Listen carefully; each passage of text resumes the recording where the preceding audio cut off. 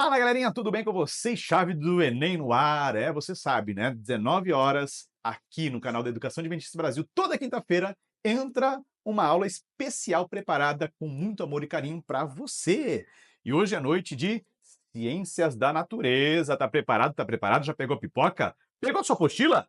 É muito importante pegar a apostila, hein? Senta ali, pega a apostila e acompanha as aulas, porque nós fazemos esse material baseado no conteúdo que você também trabalha lá na sua sala de aula, na sua escola e na sua unidade escolar pelo Brasil todo.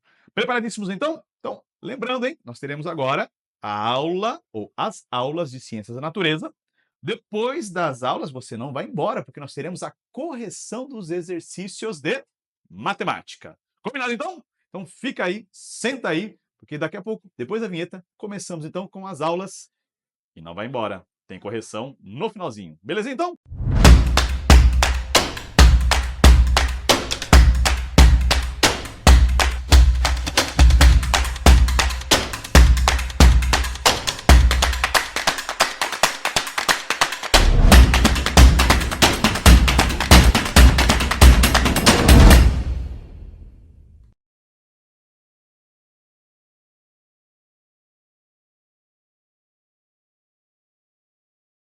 Olá, minha querida aluna, tudo bem?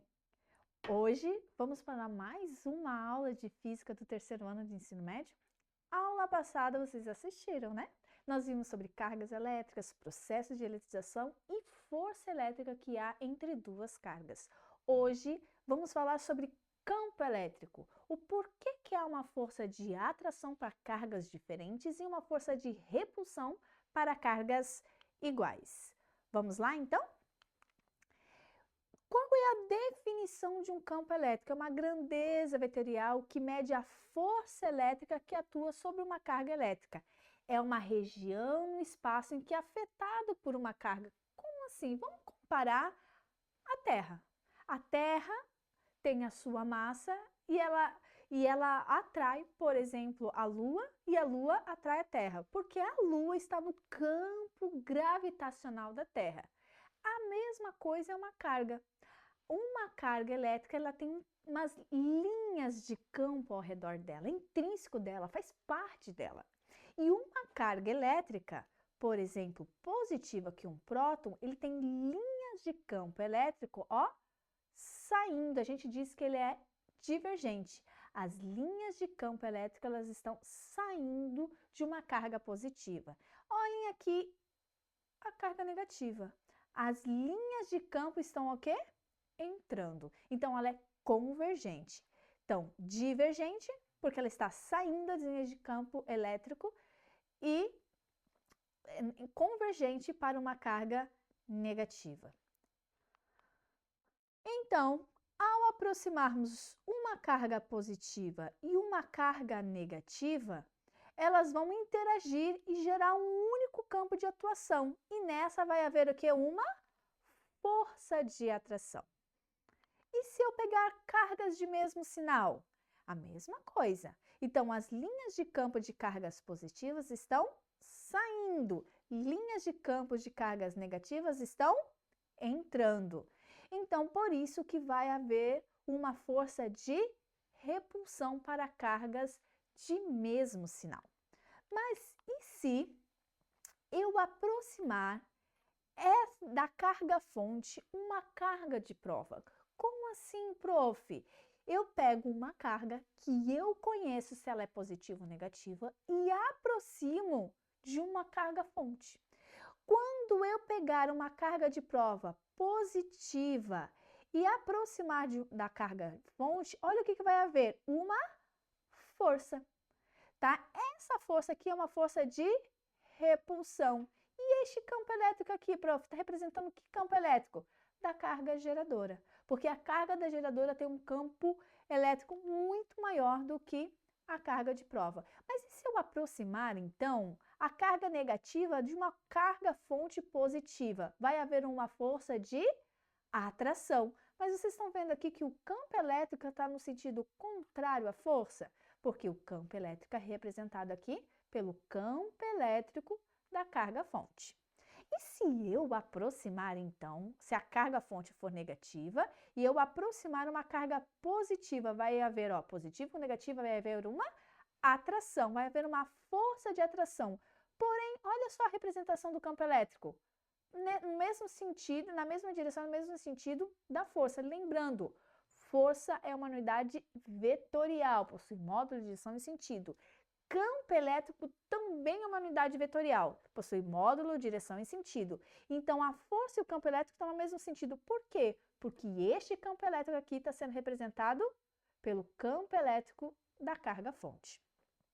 E se eu aproximar, então, o negativo do negativo, vai haver uma força de repulsão, sentido contrário ao campo elétrico, porque este campo elétrico aqui é de acordo com a carga-fonte. Então, nós vemos aí que a gente vai ter que lidar um pouco com vetores, conteúdo lá do primeiro ano do ensino médio, tá bom? Então, se nós colocarmos uma carga de prova perto de uma carga-fonte, vai haver uma força de atração ou uma fonte de repulsão. E qual é a quantidade de campo elétrico?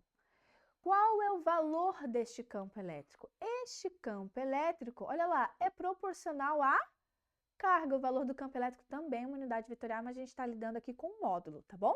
Então, por isso que o módulo aqui da carga. Então, a carga geradora, o valor da carga geradora, que é dado na unidade de coulombs, é proporcional ao campo elétrico. Então, quanto maior for a carga, maior o campo elétrico que ela gera. Quanto menor ela for, menor o campo elétrico, que é muito parecido com o campo gravitacional. Então, quanto maior era um astro, maior a gravidade que ele possui. Quanto menor é o astro, menor a gravidade. Aqui é a mesma ideia e é proporcional. Carga, lembrando, em coulombs. E temos aqui, ó, essa constante gravitacional, que é a mesma constante gravitacional que nós vimos lá na força, que é 9 vezes 10 na 9, tá? Dividido, então, pela distância que o separa. Distância do quê? Eu vou voltar aqui rapidinho. Quanto mais próximo eu estiver de uma carga-fonte, menor é a distância. Então, mais eu vou sentir o campo elétrico. Se eu me afastar dessa carga-fonte, maior é a distância, menor você vai sentir bem menos este campo elétrico. Muito parecido com o cheiro do bolo que a sua mãe faz lá para o café da tarde. Então, quanto mais próximo você estiver do forno, mais intenso é o cheiro, né? E quanto mais afastado você está, menos intenso. Então, é a mesma ideia aí do campo elétrico. E, olha lá, à medida que a distância vai aumentando, o campo elétrico vai diminuindo. Mas qual é a unidade de campo elétrico? Se a carga é coulombs e a distância dado em metros, então, olhem só, vezes a constante, essa unidade vai ser newtons por coulomb. Mas, prof, newtons não é força? Sim, nós vamos ver aí a próxima fórmula. Então, é a força por coulomb ou volts por metro, tá bom? Essas são as unidades de medida de campo elétrico. Então, voltou aí a formulazinha. Então, o campo elétrico também é a força que atua dividido pela carga. Mas, prof, como assim? Vou voltar aqui um pouquinho, ó. Se eu tenho uma carga de prova e aproximar do campo elétrico, como que eu faço para descobrir o valor desse campo elétrico? Através da força que está agindo dividido pela quantidade da carga de prova, porque a carga de prova a gente sabe o valor.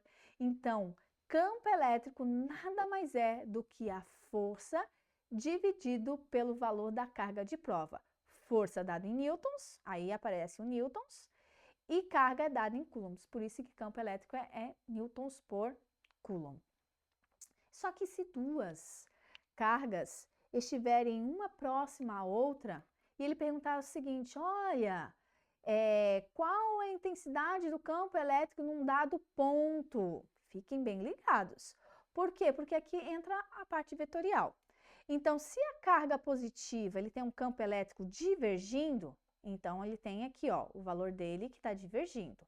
Carga positiva está divergindo, olha lá, para o outro lado. Só que é o seguinte, neste caso aqui, a distância da carga 3 é 2 vezes maior do que a distância da carga 1. Isso significa o quê? Que o campo elétrico da carga 3 é menor do que a carga 1. Então, os vetores vocês precisam desenhar de acordo com o seu valor, com o seu módulo. Então, olha só, o vetor do campo elétrico da carga 3, o vetor do campo elétrico da carga 1. Quando nós temos vetores na mesma direção em sentidos opostos, nós precisamos o quê? Subtrair. Ah, professora, mas tem um sinal de positivo aqui. O que acontece? Este é o valor E menos E. Ou seja, E1 menos o E3, que nesse caso aqui é o E3. Então, esses vetores aqui vão ser subtraídos e nós temos um vetor total. Então, é sempre maior vetor menos o menor vetor. Tá bom? Então, o valor do campo elétrico resultante aqui, neste ponto aqui, vai ser 3E sobre 4. E temos aqui alguns exemplos. Por exemplo, eu posso colocar uma carga imerso dentro de um campo elétrico uniforme. Só que quando eu coloco ela imersa dentro de um campo elétrico uniforme, dependendo do sinal, por exemplo, se ela for negativa, vai haver uma aceleração. Se ela for positiva, dependendo do valor dela, ela vai ficar o quê? Ela vai ficar flutuando. Ela não vai cair e nem vai subir. Então, o que acontece aqui? Vocês vão ter que lembrar lá do conteúdo do primeiro ano do ensino médio. Porque uma carga também tem massa. Então, ele também gera o quê? Peso. Aqui, neste caso aqui, ele é negativo, a carga é negativa. Por ele ser negativa, vai haver uma força de repulsão. Então, negativo com negativo vai haver uma força repulsiva. Então, a força elétrica mais a força peso sempre está indicando para o centro. Então, fica a força elétrica menos o peso. Se houver aceleração, igual a massa vezes a aceleração. Se ela estiver parada, é igual a zero. Neste caso aqui, ó, uma carga positiva, certo? E um negativo, vai haver uma força de atração. Então, olha só o sentido da força, para baixo. No mesmo sentido do campo elétrico e no mesmo sentido da força-peso. Então, o que nós vamos fazer aqui, ó? No lugar de F, pode ser força-peso, que é a massa vezes a gravidade. Você pode, por exemplo, você vai precisar, que é o que vocês vão fazer lá nas questões, você vai precisar fazer o diagrama de forças, tá? Então, força elétrica menos peso igual a massa vezes aceleração, ou força elétrica menos peso igual a zero, então, dependendo da situação, tá bom? Então, se eles comentarem lá no problema que tem uma carga elétrica imersa num campo elétrico, lembrem, no sentido da força, no sentido que ele vai dizer que se a carga é positiva, negativa, o sentido do campo elétrico, fiquem bem atentos a essas informações, tá bom? Então, na aula de hoje, nós vimos sobre o porquê que há uma força de atração e de uma repulsão, porque existe um campo elétrico intrínseco em cada carga. Este campo elétrico é proporcional à carga, inversamente proporcional à distância ao quadrado, e ela também, esse campo elétrico é igual a força dividido pela carga de prova. Então, agora é a vez de vocês irem lá e fazerem o simulado e verem se realmente entenderam e compreenderam o conteúdo de hoje. Abraço e até a próxima!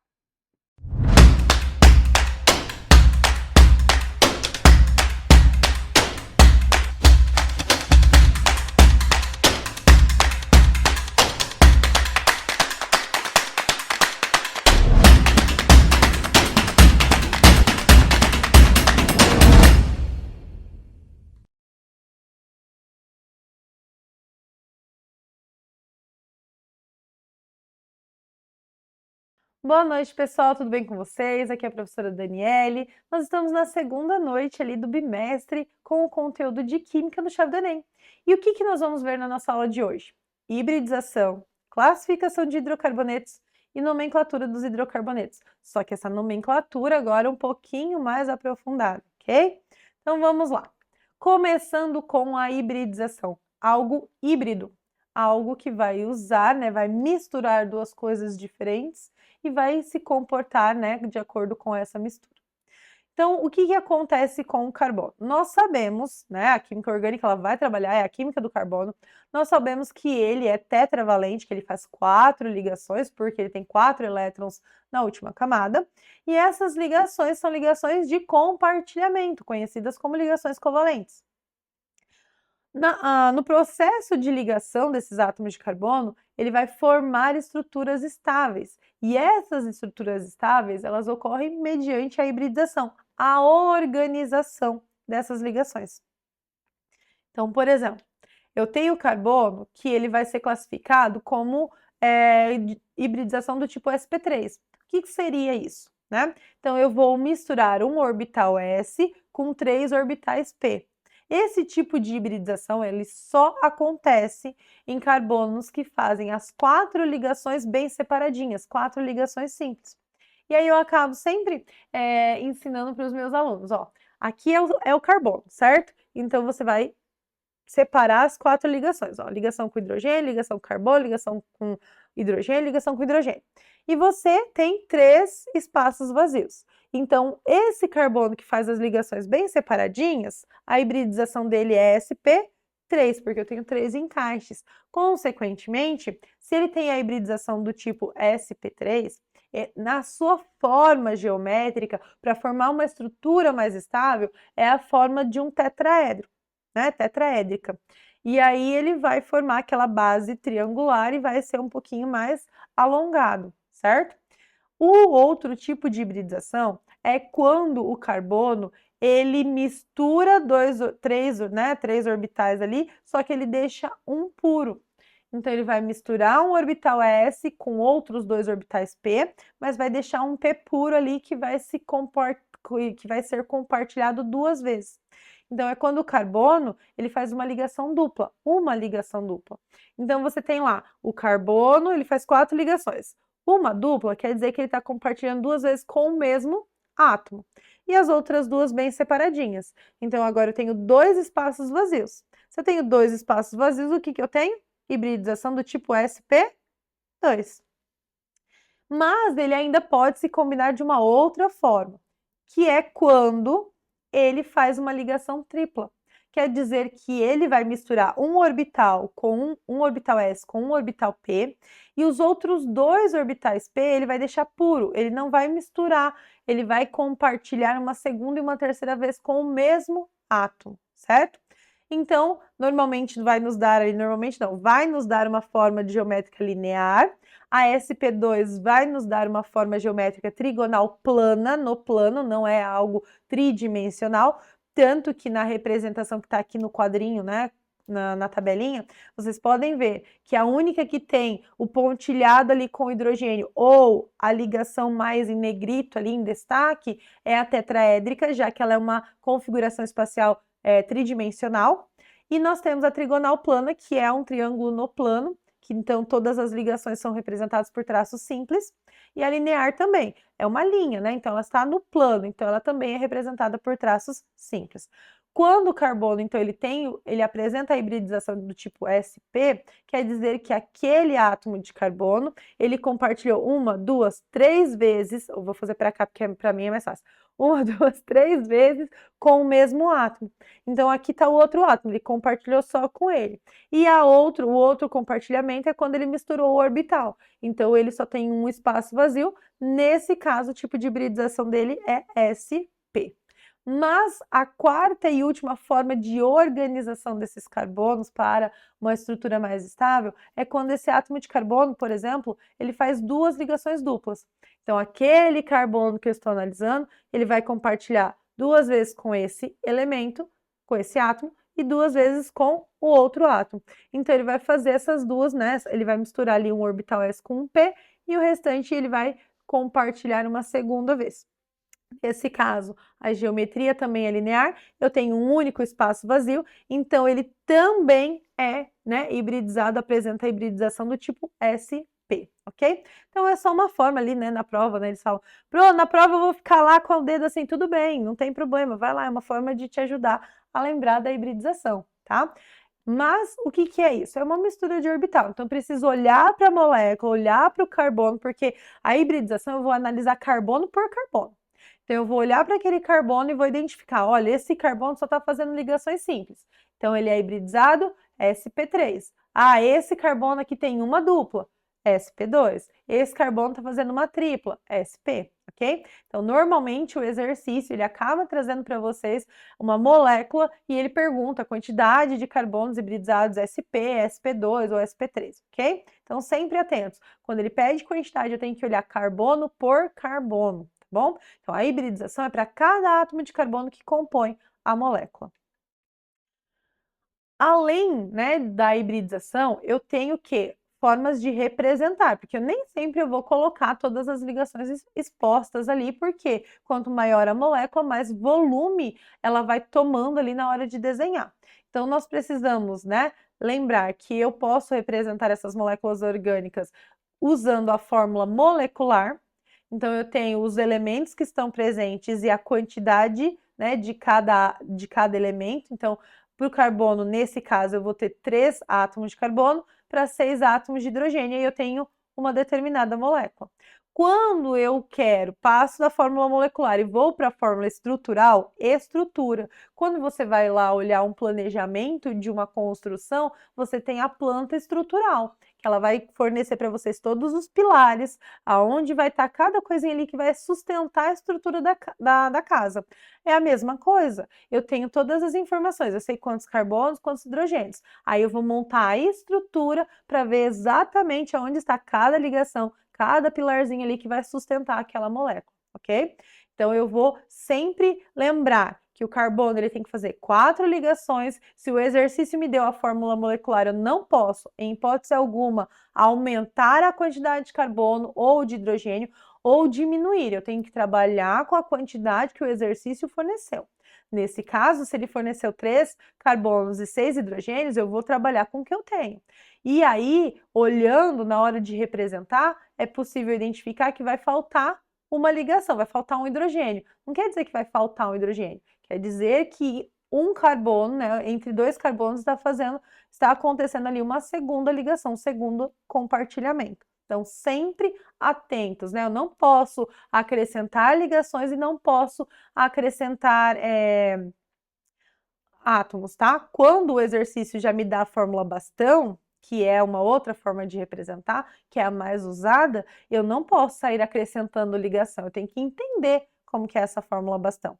Essa fórmula bastão, ela esconde, tá? Ela não vai mostrar pra gente os carbonos e os hidrogênios. Ela limpa a representação, então ela deixa mais clean, né? Mais fácil de visualizar, principalmente moléculas maiores. Só que eu tenho que lembrar que cada extremidade eu tenho carbono e cada vértice eu tenho carbono.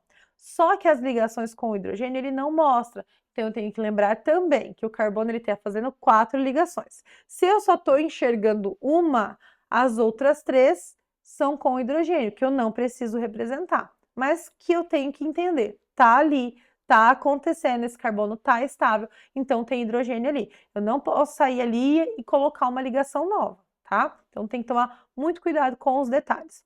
E a fórmula condensada, ela vai nos dando ali uma ideia, né? Ela mostra quantos carbonos, quantos hidrogênios, e normalmente, ou ela esconde as ligações carbono-carbono, ou ela acaba representando ali as ligações carbono-carbono. Então, tem 2 formas. A forma bastão, ela também pode ser uma mistura da condensada.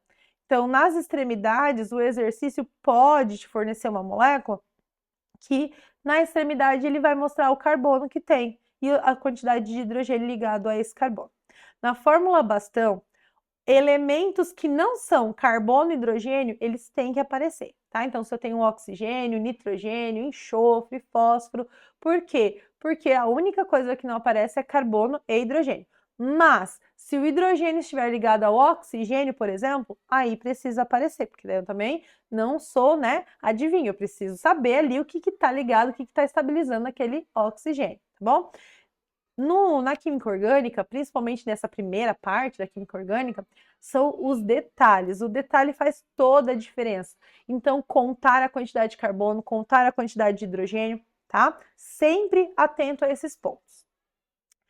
Nós temos, então, o primeiro grupo funcional, que são os grupos dos hidrocarbonetos, que é aquela, né, essa molécula aqui que eu representei para vocês, só tem carbono e hidrogênio. Então, isso classifica ele como sendo um hidrocarboneto. Esses hidrocarbonetos, eles podem ser classificados como alifáticos, que são não aromáticos, né, e aromáticos. Então, o que que acontece? Os aromáticos, eles vão ter a presença do benzeno, ou eles vão se enquadrar na regra de Hückel. Os alifáticos, eles podem ser classificados ainda entre cadeia aberta e cadeia fechada.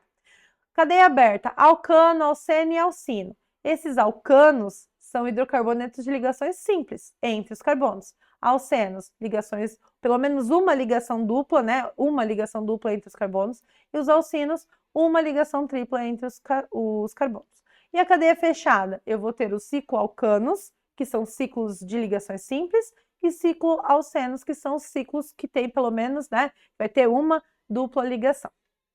E as regras para nomenclatura, porque se eu sei identificar se ele é um alcano, alceno, alcino, eu tenho que saber o quê? Identificar e nomear essa cadeia. Então, primeira coisa, a gente vai pegar e identificar se essa cadeia ela tem ramificação ou não, carbono secundário, terciário e quaternário, o prefixo da cadeia principal, quantos carbonos eu tenho na cadeia principal, o tipo de ligação que eu tenho entre esses carbonos vai me dar o infixo, e o sufixo, no caso, como nós estamos ali nesse primeiro bimestre, nós estamos trabalhando com o sufixo "o", que é o de hidrocarboneto. O sufixo ele vai identificar a função que aquela molécula pertence. E aí, ó, isso aqui tá lá no livro de vocês, isso aqui é maravilhoso, tá? Bem resumidinho, tá lá. Você vai fazer o quê? Passos para nomear um composto. Primeiro, determina a cadeia principal. Depois, faz a numeração da cadeia principal. Terceiro, identifica as ramificações. E quarto, aí você vai indicar o nome do composto, certo? E aí eu trouxe um exemplo aqui para a gente fechar a nossa aula. Então, ó, identifica a cadeia principal, sempre a maior sequência de átomos de carbono, tá? Vai ter a presença da insaturação, então tem que ter a insaturação se for na cadeia principal. E os carbonos que ficarem de fora são as ramificações. Então, quando eu for construir a nomenclatura, eu vou começar a enumerar sempre o mais próximo da ramificação, tá? Então, nesse caso, eu começaria da direita para a esquerda. Então, contando ali, a gente tem 1, 2, 3, 4, 5, 6, 7 carbonos na cadeia principal e 2 carbonos que ficaram de fora. Se eu for dar o nome dessa molécula, essa molécula ali, ó, tenta comigo. Depois você vai me mandar aqui se você conseguiu. Mas ela é o 2,345 dimetil, porque eu tenho 2 metils, 2 carbonos sozinhos ali, em ramificações separadas. Heptano.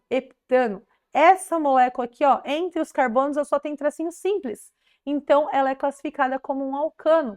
Se eu tiver uma ligação dupla, alceno, e se eu tiver uma ligação tripla, alcino, certo? Então, pratiquem a nomenclatura, façam os exercícios e nos vemos na aula de correção. Tchau, tchau!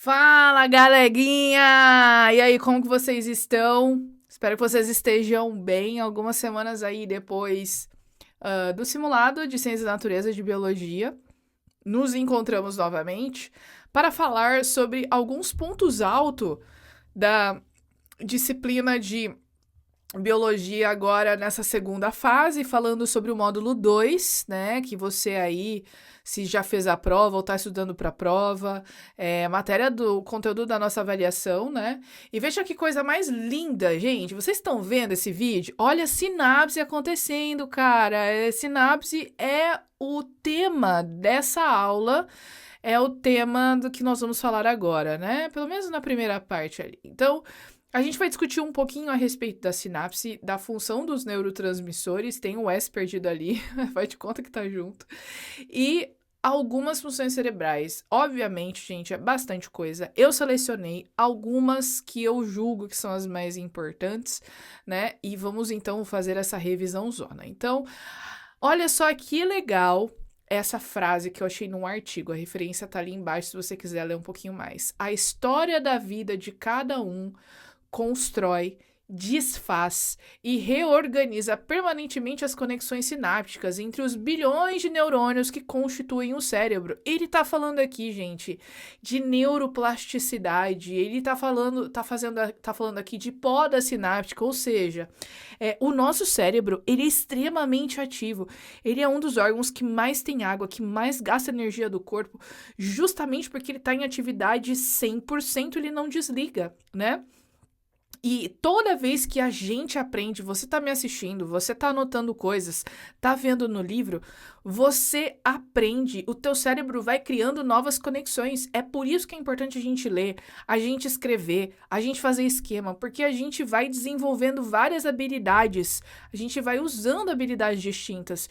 E os nossos neurônios vão fazendo diferentes conexões com outros neurônios, que tem a ver com a neuroplasticidade, né? Agora, se tem algum caminho que você deixa de usar, que você deixa de treinar, com o tempo aquilo vai sendo descartado, poda sináptica. Então, eu achei essa frase aí bastante significativa e reflete bastante o que nós vamos ver daqui para frente. Então, só lembrando, já falamos, vocês já devem estar aí cansados de saber como é a estrutura do neurônio, mas nós temos aí o núcleo, temos os dendritos, temos o axônio, temos a bainha de mielina.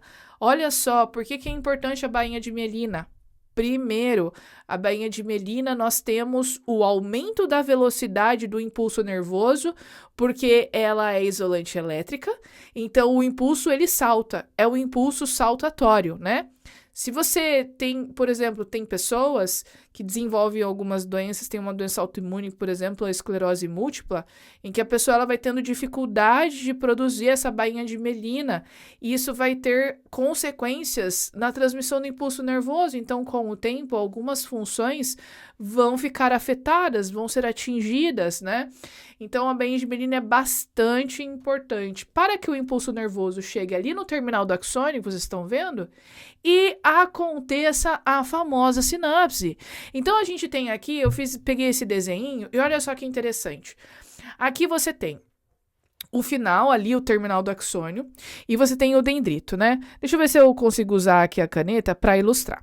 Então, aqui você tem o dendrito, aqui você tem o terminal do axônio.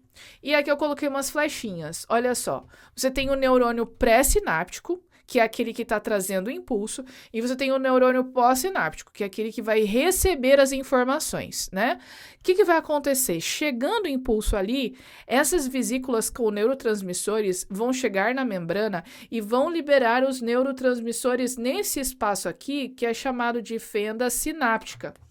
Esses neurotransmissores são moléculas, são substâncias químicas que vão chegar aqui e vão ter um espacinho especial nos receptores do neurônio pós-sináptico.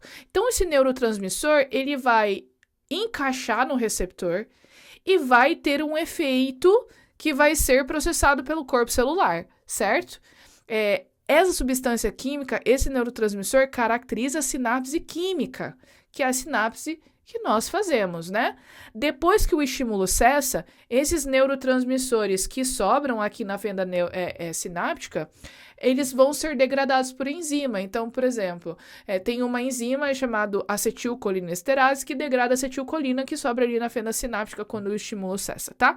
Porque senão o neurônio vai ficar sendo estimulado o tempo inteiro aí não dá certo, tá bom? Então, essa parte aqui é bastante importante, é básica, a gente falou sobre isso na outra vez, mas eu achei importante trazer para que a gente pudesse relembrar e falar de fato dos neurotransmissores. Então, eu coloquei aqui, peguei aquela tabela que vocês têm no livro e coloquei esses neurotransmissores para que a gente pudesse falar rapidamente da função deles, tá? Ai, professora, eu preciso saber de todos. É interessante você saber de alguns, né? Os mais importantes estão no livro. Seria interessante você ter uma noção, mas não fica decorando, né, gente? Tem várias formas de você aprender, faz por associação, faz cartõezinhos, treina com um colega, né? Porque se você decora para a prova, no outro dia você esquece, você não aprendeu. Então, eu recomendo sempre que vocês possam estudar com uma certa frequência, e provavelmente o seu professor de biologia, ele falou bastante sobre aprendizagem, sobre como você estudar em sala de aula, né, que você precisa fazer isso constantemente, que você precisa exercitar várias habilidades ali, para poder aprender, porque se você decora, esquece, aquele conhecimento não tem significado. Então vamos parar de blá blá blá, vamos falar de neurotransmissor. Nós temos aqui acetilcolina e noradrenalina, vocês sempre vão ver acetilcolina envolvido com contração muscular, tá? Peristaltismo, músculo esquelético, músculo cardíaco, e também está presente nas junções neuromusculares, que é aquele lugar onde o sistema nervoso encontra com o músculo. E a acetilcolina também tem uma função importante nas funções como memória, atenção e aprendizado, está envolvido aí nesses processos. Temos a noradrenalina, não confunda a noradrenalina com adrenalina, tá? A noradrenalina, ela é um vasopressor. O que significa vasopressor? Significa que ele vai estimular os vasos sanguíneos a diminuírem o seu diâmetro, né? E isso vai ter uma influência na pressão arterial, né? Ano passado, vocês estudaram sistema cardiovascular e nós comentamos, pelo menos, né, os professores de biologia comentaram com vocês aí esse conteúdo que é bastante importante. E ela está envolvida com a atenção, com a cognição, com a criatividade, com o alerta, tá? Bastante importante. Depois a gente tem aqui a adrenalina, dopamina. Lembra que eu falei? A adrenalina, ela prepara o corpo para situações de emergência. Luta, sabe quando você leva um medo, teu coração dispara? Então, adrenalina sendo liberado, aumenta o batimento cardíaco, consequentemente vai ter influência na tua pressão arterial e também no nível de glicose do sangue. Por quê? Se o sangue está circulando mais rápido, se a pessoa tem que ficar alerta, precisa ter energia disponível para ela se movimentar e sair correndo e tal. Então, aumenta a quantidade de glicose que vai para o sangue. E a dopamina, a famosa dopamina, que tem sido falado muito ultimamente por causa de vício, de telas, de recompensa, está envolvida com vícios, né? É fundamental para aquela sensação de bem-estar e satisfação, empolgação quando tem alguma coisa chegando, galera do terceiro, tá chegando formatura, vocês estão animados, vocês estão se movimentando, como que vai ser? Vai ter comemoração, vai ter festa, não vai ter? Como que vai ser? Dopamina tá envolvidaça nisso aí, tá? É um neurotransmissor extremamente importante, regula a motivação, humor, coordenação motora. Temos a endorfina, que é aquele hormônio gostoso, né? Você vai pra academia se arrastando. Aí você chega na academia, começa a puxar um peso, começa na esteira, no final você fala assim, gente, eu quero ficar mais tempo aqui, eu não quero ir embora porque é gostoso e tal. Essa sensação gostosa quando você faz atividade física, por exemplo, quando você ganha um presente, quando você vê as pessoas que você ama, você sente aquela coisa gostosa, é a endorfina. Mas ela também está envolvida em situações como dor, tá? Temos o neurotransmissor GABA. O neurotransmissor GABA é o principal neurotransmissor inibitório do cérebro, né? Então, tipo assim, ele ajuda você, pera aí um pouquinho, não posso fazer tudo na hora que eu quiser, né? Preciso pensar um pouquinho. Então, ele inibe determinadas funções e ações, promove o relaxamento, controla essa excitabilidade neural, né, que eu tava falando, favorece o foco e relaxamento também. Temos o glutamato, que é o neurônio excitatório. Você vê que o GABA é inibitório, o glutamato é excitatório, né? E ele é importante para controlar sinapses. Ele é importante para aprendizagem, para memória e plasticidade cerebral. Lembra aquela coisa que eu falei no início? Neurônios conectando, aquela coisa toda?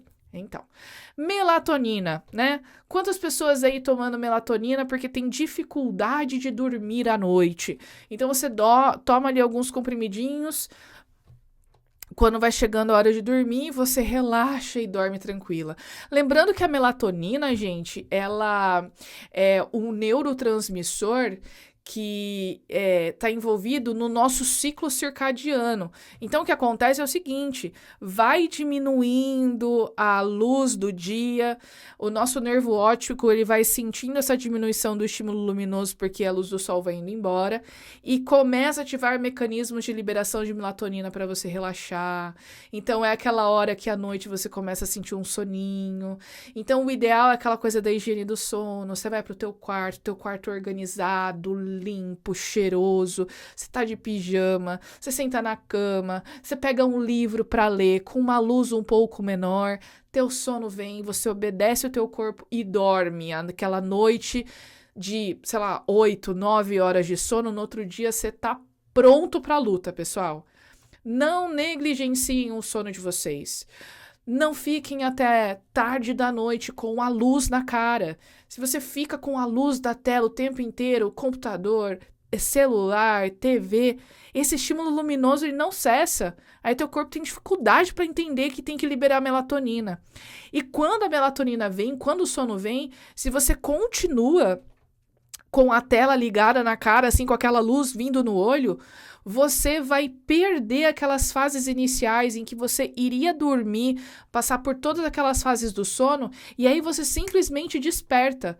Teu corpo começa a ter estímulo para liberar adrenalina, né? Hormônios aí relacionados ao estresse, e você desperta, vai dormir tarde, no outro dia você tá acabado, porque simplesmente você não obedeceu às necessidades do teu corpo, né? Então, é bem importante a gente respeitar os nossos limites. E se você é uma pessoa que preza pelo sucesso, se você quer ser um atleta, se você quer passar no vestibular, numa universidade legal, fazer o Enem, ser bem-sucedido, ser um excelente profissional, enfim, você precisa prezar por uma boa noite de sono, gente. Uma boa noite de sono, para você não chegar na escola de manhã e ficar capotando na mesa, sabe? Para você ficar desperto, prestar atenção no que o professor tá falando, para você ficar disposto a aprender.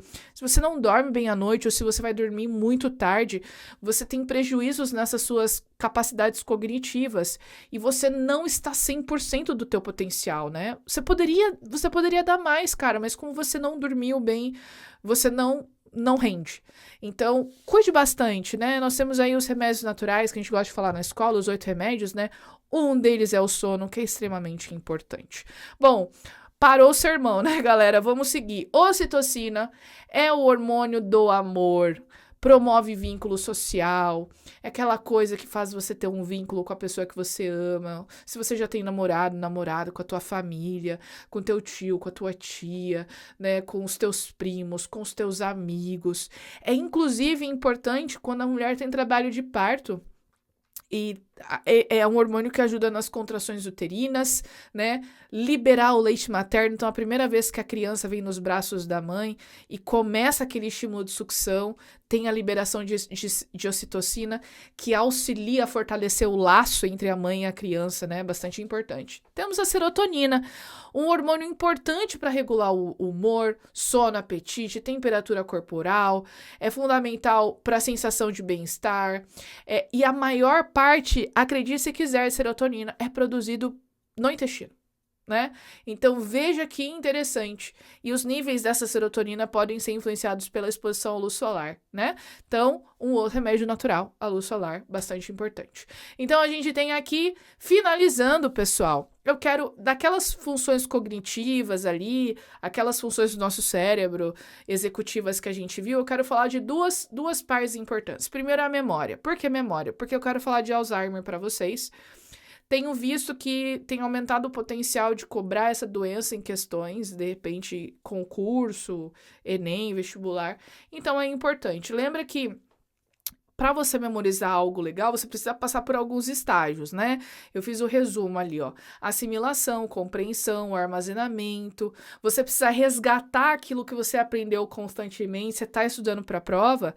Se você estuda na véspera, amigão, adeus. Você faz a prova no outro dia, depois você vai fazer a recuperação, você tá no sal, sabe? Você tem que ter uma certa regularidade para você estudar para a prova, entender o que tá dizendo, fixa na memória. Lembra, né, que tem a questão lá do hipocampo. O hipocampo, ele pega aquelas memórias que são de curta duração durante a noite enquanto estamos dormindo, redistribui para outras partes do cérebro aquelas que são importantes e aquelas que não são, né?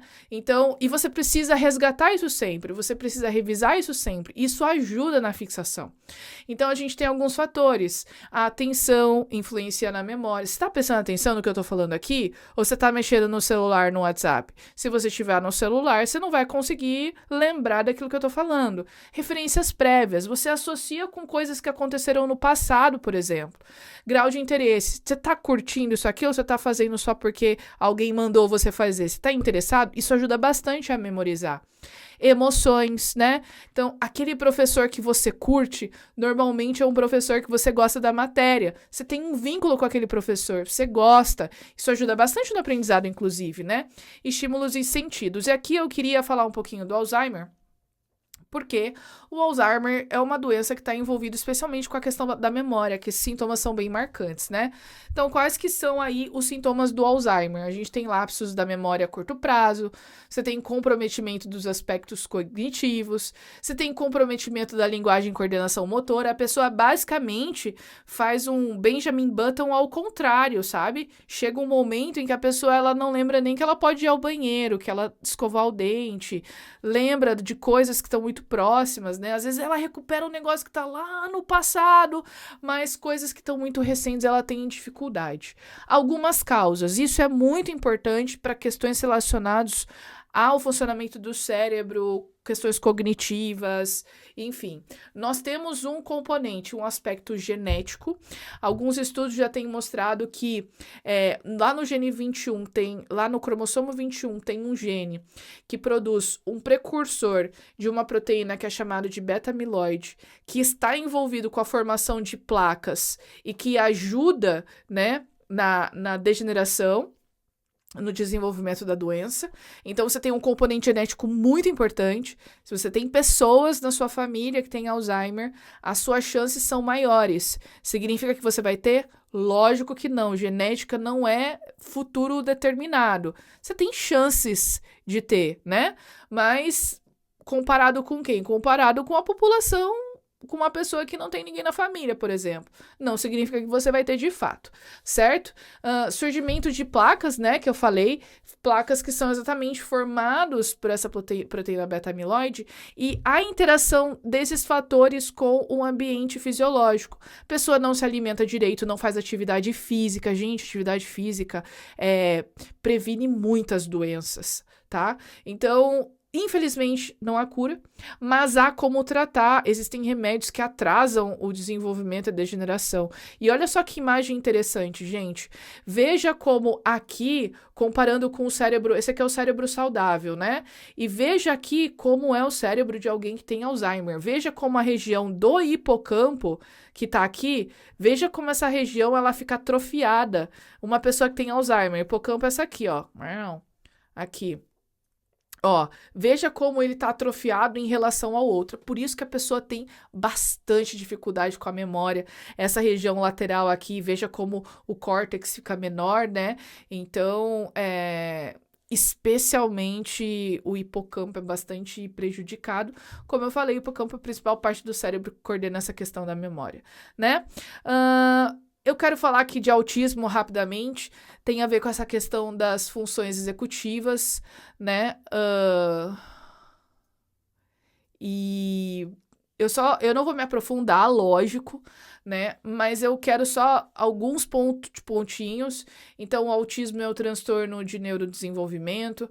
A pessoa tem dificuldade de comunicação, interação social, porque ela tem dificuldade de interpretar as feições, por exemplo, questões de ironia, etc. Comportamentos repetitivos, às vezes ela tem alguns comportamentos repetitivos para se acalmar. Pode ocasionar limitações na capacidade cognitiva. Existem pessoas que têm um nível de autismo que podem ter dificuldades para aprender.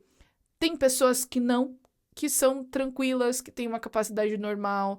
E às vezes a gente nem percebe, né, que ela tem o autismo. Por que que você tem esses níveis diferentes? Porque o autismo ele é um quadro poligênico. Ele depende da interação de diversos genes que estão na população e que aí quando um casal se encontra e esses genes se combinam e isso pode, então, fazer com que uma pessoa tenha o autismo. E aí você tem os níveis de suporte do autismo, né? Que durante a infância, adolescência, você pode trabalhar essas dificuldades, desenvolver, ter um apoio, um suporte é bastante importante. Então, essa questão poligênica é o que faz o transtorno do espectro autista ter esses níveis, né? Que a gente chama esses diferentes graus. Eu achei importante falar rapidamente do autismo justamente por isso, porque autismo, Alzheimer e outras questões ligadas ao desenvolvimento e a funções cognitivas, etc., elas têm muita interação do aspecto genético com o ambiente. E a gente vai estudar genética esse ano. E nós vamos ver que o fenótipo, que são os aspectos ambientais, e é o que a gente mostra, né? O que a gente mostra, o resultado dos nossos genes, eles são uma expressão do genótipo, da informação que você tem de fato. E aquilo que os nossos genes expressam, aquilo que nós somos, pode ter influências do ambiente. Então, esse é um exemplo bastante interessante que eu resolvi trazer para vocês, tá? Espero que vocês tenham gostado. Deixa aqui nos comentários, tá? Dúvidas, etc. É possível que eu esteja aqui na transmissão e a gente vai conversando. Se não, procure seu professor para poder tirar algumas dúvidas, tá bom? A gente se vê na próxima. Até!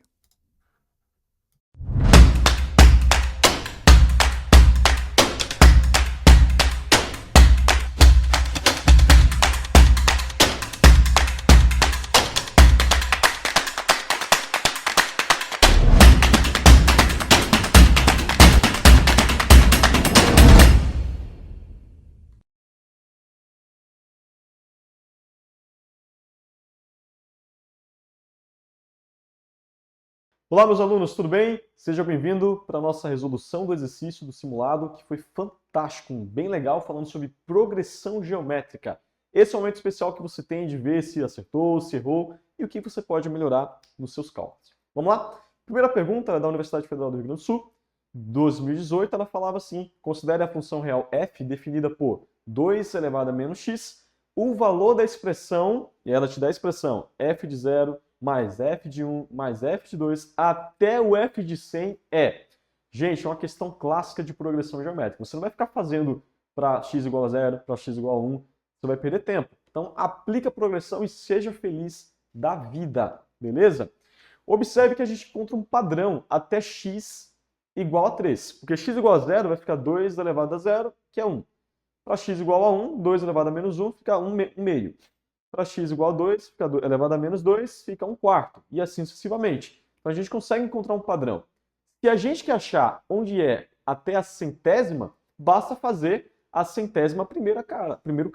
E nós vamos encontrar quem é esse valor geral, tá? Essa soma geral. Já que partindo de f de 0 até f de 100, eu tenho 101 números, tá bom? Então a gente faz a soma para 101. A gente pega o primeiro cara, que é o 1. Vamos pegar a razão, que é 1 meio, tá bem? Observe que em todos os lugares aparece o meio. Você vai fazer agora a soma geral, que é 1 meio elevado a 101, que é a soma que a gente quer, menos 1, que vai ficar 100, e aí a gente faz as continhas. Realizando as contas, a gente fica na alternativa letra E, 2 menos 100. Ok? Questão da PUC do Rio de Janeiro, os termos da soma 4 mais 8 mais 16 até 2048 estão em progressão geométrica. Assinale o valor de S. O que seria S? S é a soma dos termos dessa sequência aqui, dessa PG. 4, 8, 16 e aí vai. O primeiro passo que a gente tem que saber é quanto equivale esse cara? Quantos termos eu tenho de 4 até 2048?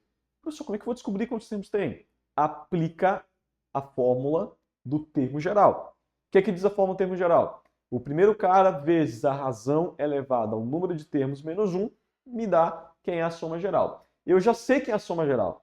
Eu já sei quem é. Esse cara, o termo geral, é 21.048. Eu sei que o primeiro cara é 4, já que ele começa ali no 4. E eu sei que a razão é 2, porque entre 8 e 4, fazendo a divisão, 8 dividido por 4, me resta 2. N é o número de termos que eu quero descobrir, tá bom? Fazendo as contas, eu vou passar aquele N para o outro lado, vou reajustar a conta, N me dá 10. Eu tenho 10 caras entre 4 e 2048, seguindo na progressão geométrica. E agora, professor, como é que a gente faz a soma? Faz a fórmula da soma geométrica, aplica ela e encontra o valor. Não tem segredo nenhum, questão bem tranquila.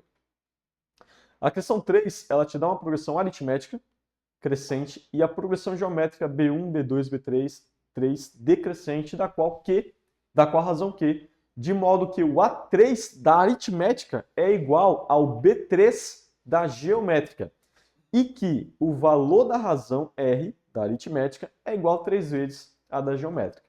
Quem é o valor de B2? É uma questão um pouquinho complexa, tá? O primeiro passo é você encontrar quem é o B-enésimo termo.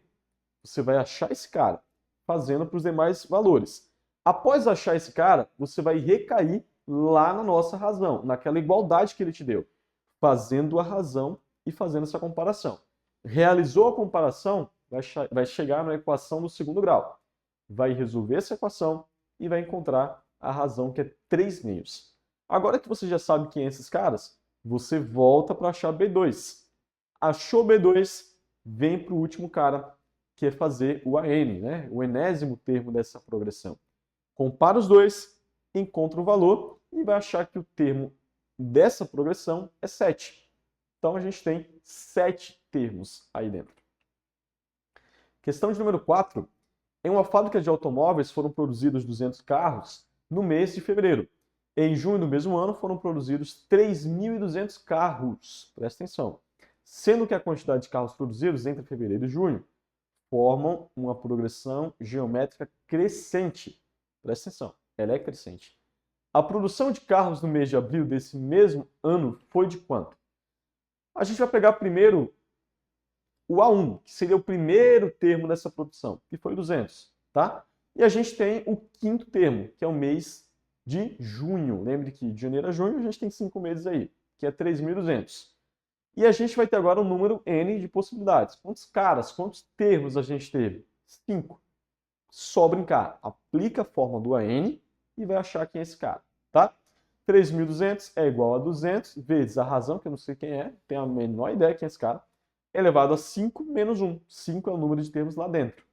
Fazendo as contas, eu vou ficar com 16 igual a razão elevada a 4. É só fazer a raiz quarta de 16. Raiz quarta de 16 é 2.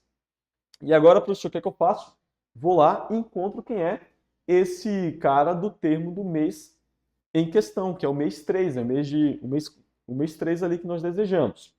Fazendo as contas, nós vamos encontrar que é 800, tá? Então, o primeiro passo era achar a razão, o segundo passo, aplicar a forma da razão, da forma do termo geral.